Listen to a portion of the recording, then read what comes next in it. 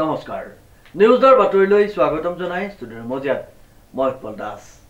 চাহক আজিৰ বাতৰি সদৌ অসম যোৰহাট জিলা অনুসূচিত জাতি ছাত্ৰ সন্থাৰ উদ্যোগত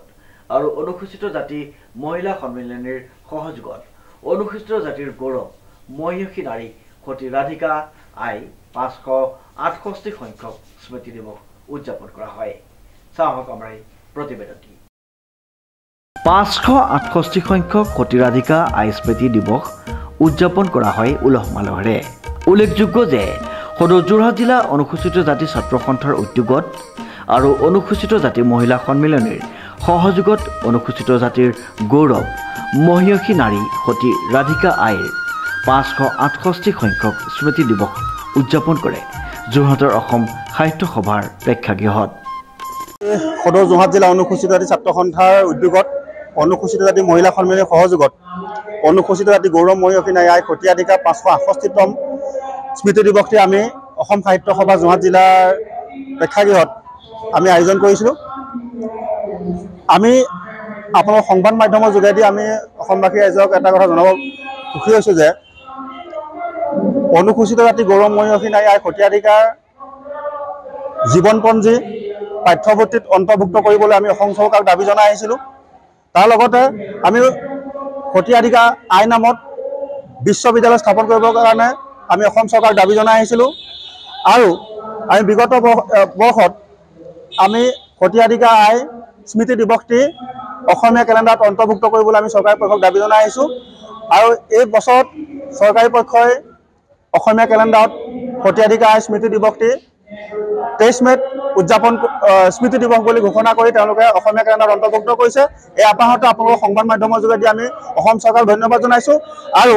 অনুসূচিত জাতি গৌৰৱ মহিয়সী নাৰী সতী ৰাধিকা আই নামত মাজুলীত যিখন বিশ্ববিদ্যালয় স্থাপন হৈ আছে অতি শীঘ্ৰে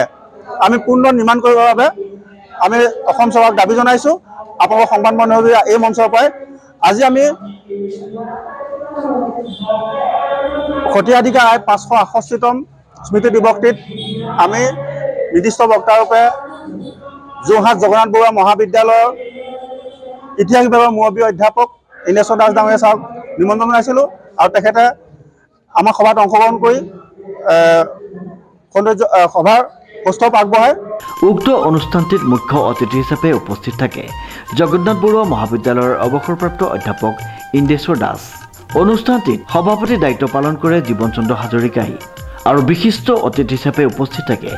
অনুসূচিত জাতি ছাত্ৰ সন্থাৰ উপদেষ্টা দুলাল ৰজক, সদৌ অসম মধ্য ইংৰাজী শিক্ষক সন্থাৰ কেন্দ্ৰীয় সমিতিৰ প্ৰাক্তন সভাপতি ৰঞ্জিত কুমাৰ বৰা,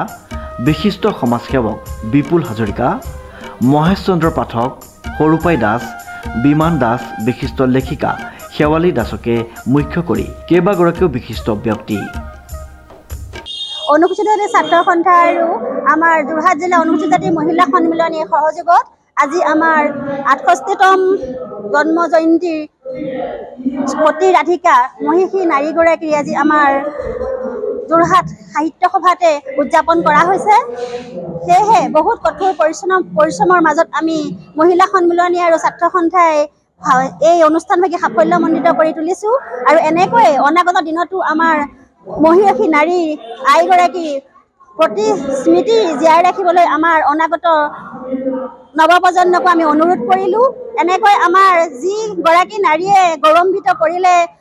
বলত পানী আনি সমগ্ৰ নাৰী জাতিলৈ গৌৰৱ কঢ়িয়াই আনি অস্তিত্ব ৰাখি থৈ গ'ল, সেইগৰাকী মহিষী নাৰীলৈ আমি সহস্ৰ কোটি প্ৰণাম জনাওঁ আৰু তেওঁ প্ৰতিচ্ছবিত মাল্যপান কৰি প্ৰতিচ্ছবিত তেওঁক সন্মান জনাই প্ৰতি বছৰে আমি জন্মবাৰ্ষিকীয়ে হওক বা মৃত্যুবাৰ্ষিকীয়ে হওক ধুমধামেৰে পালন কৰি আহিছোঁ আৰু অনাগত দিনতো অদূৰ ভৱিষ্যতলৈও তেওঁ স্মৃতি জীয়াই ৰাখিব বুলি আমি কামনা কৰিলোঁ আৰু ধন্যবাদ। জয় আই অসম। অনুষ্ঠানটিৰ শেষলৈ অৰ্থাৎ সন্ধিয়ালৈ কণ কণ শিশুসকলৰ দ্বাৰা সৃষ্টিশীল নৃত্য পৰিৱেশন কৰা হয়।